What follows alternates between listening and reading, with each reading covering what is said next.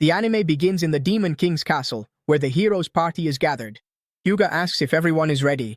Mikana says that she has researched all the abilities of the Demon King and his followers, and that Hyuga will surely come out victorious. He tells the group to move forward, and everyone agrees. At that moment, the castle gate opens, and several of the Demon King's minions appear. After defeating all of them, the group reaches Yuki's room, who asks if they are all heroes and if they're there to defeat the Demon King. He says that if that's the case, it's a shame, because they'll have to defeat him before they can get to the Demon King. Mikana casts a fireball at Yuki, but he easily stops it, saying that her magic is weak. Raven then charges forward with his sword, trying to strike Yuki, but Yuki dodges all the attacks and counters with a kick. Cecilia uses support magic on Hyuga, who attacks with Excalibur, but is easily defeated by Yuki's endless darkness magic, and everyone falls to the ground. When Yuki is about to use magic on them, he becomes enchanted by Cecilia, realizing that she's exactly his type. At that moment, Yuki's subordinates appear, asking if they should finish them off. Yuki is startled and comments that he told them to stay hidden.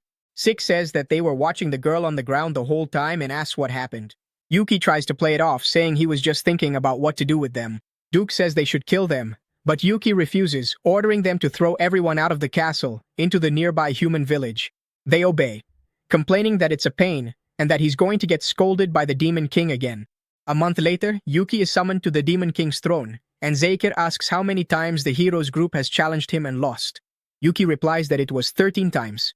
Zeikir says that if they lost to someone like him, they never really scared them. The Demon King asks why Yuki doesn't just finish off the heroes group. Yuki answers that they're just insects and not worth killing. However, the Demon King says that if he doesn't want to do it, he'll give the task to his subordinates. Yuki knows that they are no match for the heroes group and takes on the task himself.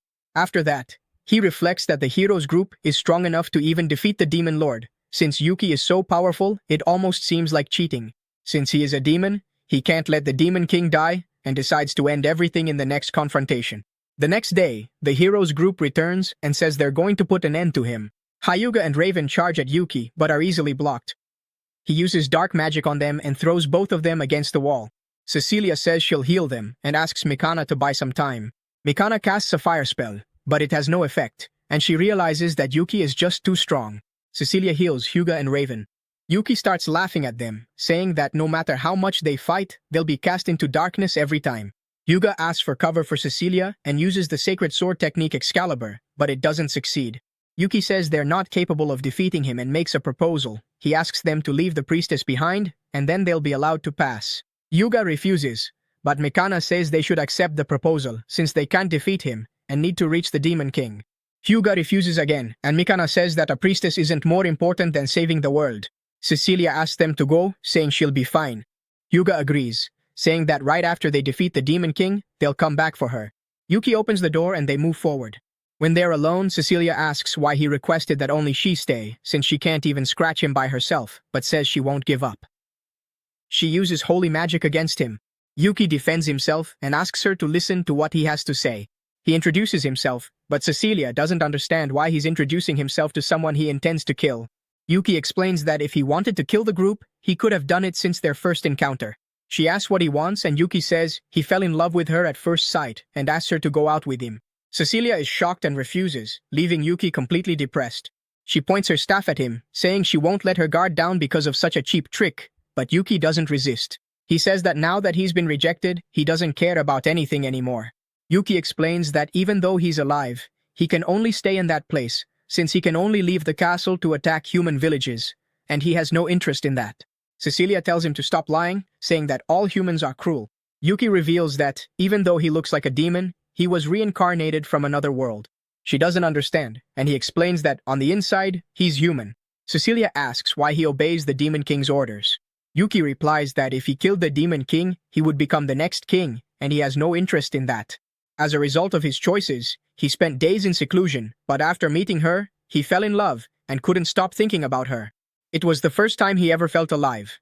But now that he's been rejected, nothing else matters. Cecilia tells him that if he has a human heart, he should use that power for the good of others, and invites him to go to the outside world with her. Shortly after, we see our heroes being honored for their bravery, as it seems they really did manage to defeat the Demon King. King Dartortna Clarines, from the Kingdom of Clarines, is responsible for this and must do it, since from now on, A new era begins in which humans can live in peace. While everyone is celebrating, our dear Yuki is on the outskirts of the city, as he plans to get to know this place better so he can stay by Cecilia's side. With this determination, he goes and rips off his own horn, feeling excruciating pain. Meanwhile, the people keep celebrating our heroes. However, we can notice something curious. The sorceress seems interested in the hero, who, in turn, completely ignores her and pays much more attention to Cecilia, saying that it was thanks to her that they won this battle. And let's be honest, that's not even a lie. Meanwhile, our protagonist arrives at the Adventurers Guild. He wants to register, but the person at the reception isn't friendly at all. He doesn't even really know what the procedure is, but he finds a sheet and says that Yuki needs to fill out the form with his name, age, and a signature, stating that if anything happens during the job, the guild won't be held responsible. This guy ends up registering him as Yuki, 21 years old, hands him his guild card, and informs him that he'll start at rank F, the lowest among adventurers. I think this is already common knowledge, but he can rise up to rank S, which is the highest. That will give him more reputation, better missions, and of course, more money, cash, dough, bucks. This man named Clayman doesn't seem very excited to work, but at least he wishes Yuki good luck on his adventure. Later that night, our protagonist completes a few missions, earns some money, and starts thinking about what he can do from now on. But his biggest plan is, once again, to confess his feelings to Cecilia. He wants her to accept his love, no matter what, and ends up laughing like a madman again. And as expected given his strength, it doesn't take long for rumors to start spreading about a boy who is rising through the ranks incredibly fast. The best part is that Yuki doesn't stop working. He always goes to talk to Clayman so that he'll accept his missions. This ends up irritating the man, since he's not the only one working there, although, according to Yuki, it's precisely because of Clayman that, ironically, even though he's lazy, he works especially fast. What he didn't expect was that Clayman would also be so curious, as he soon asks who the hell Yuki is.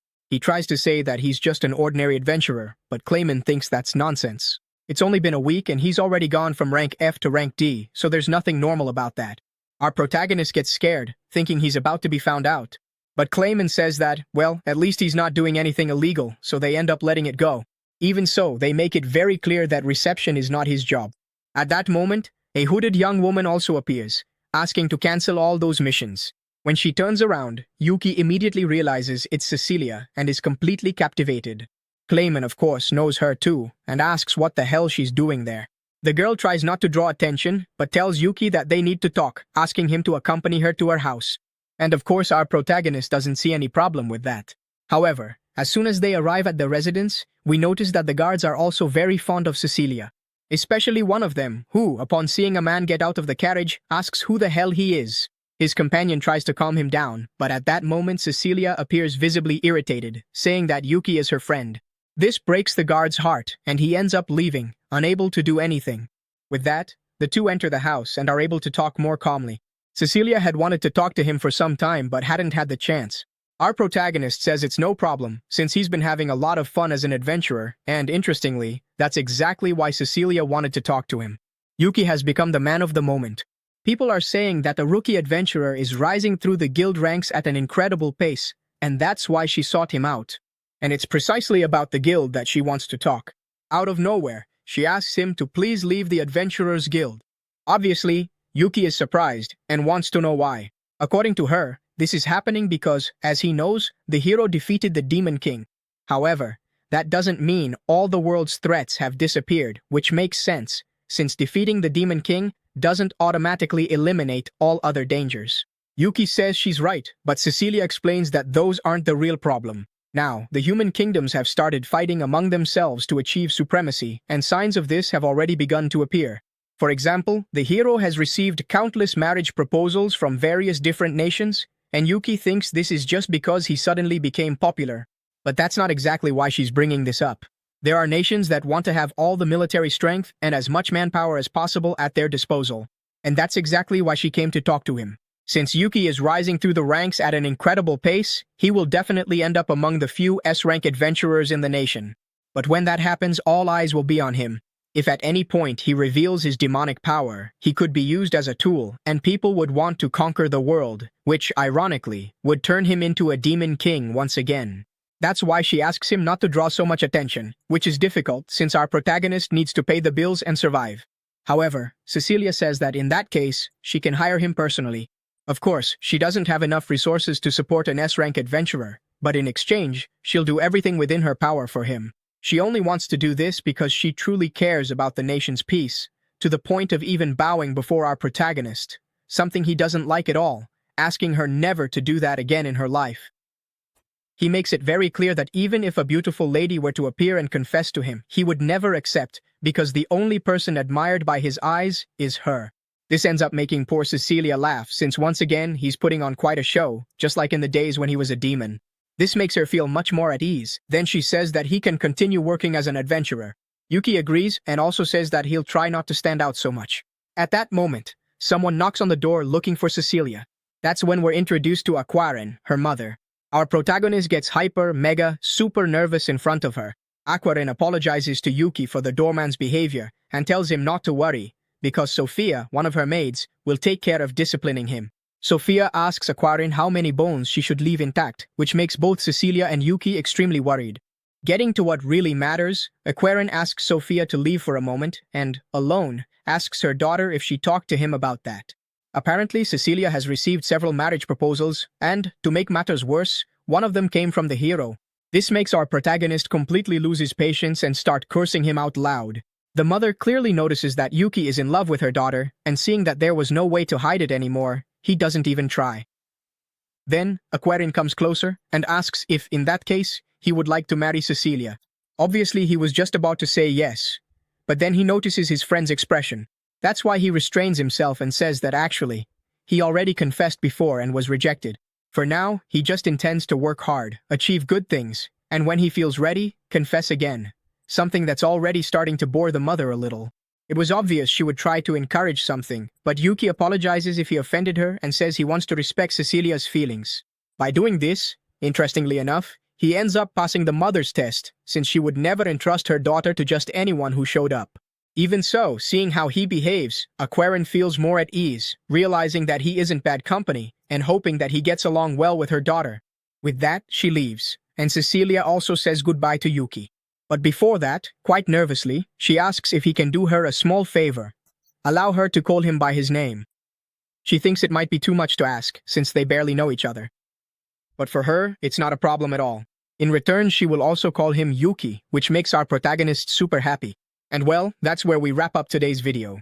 Comment the word rejected, so I know you made it to the end.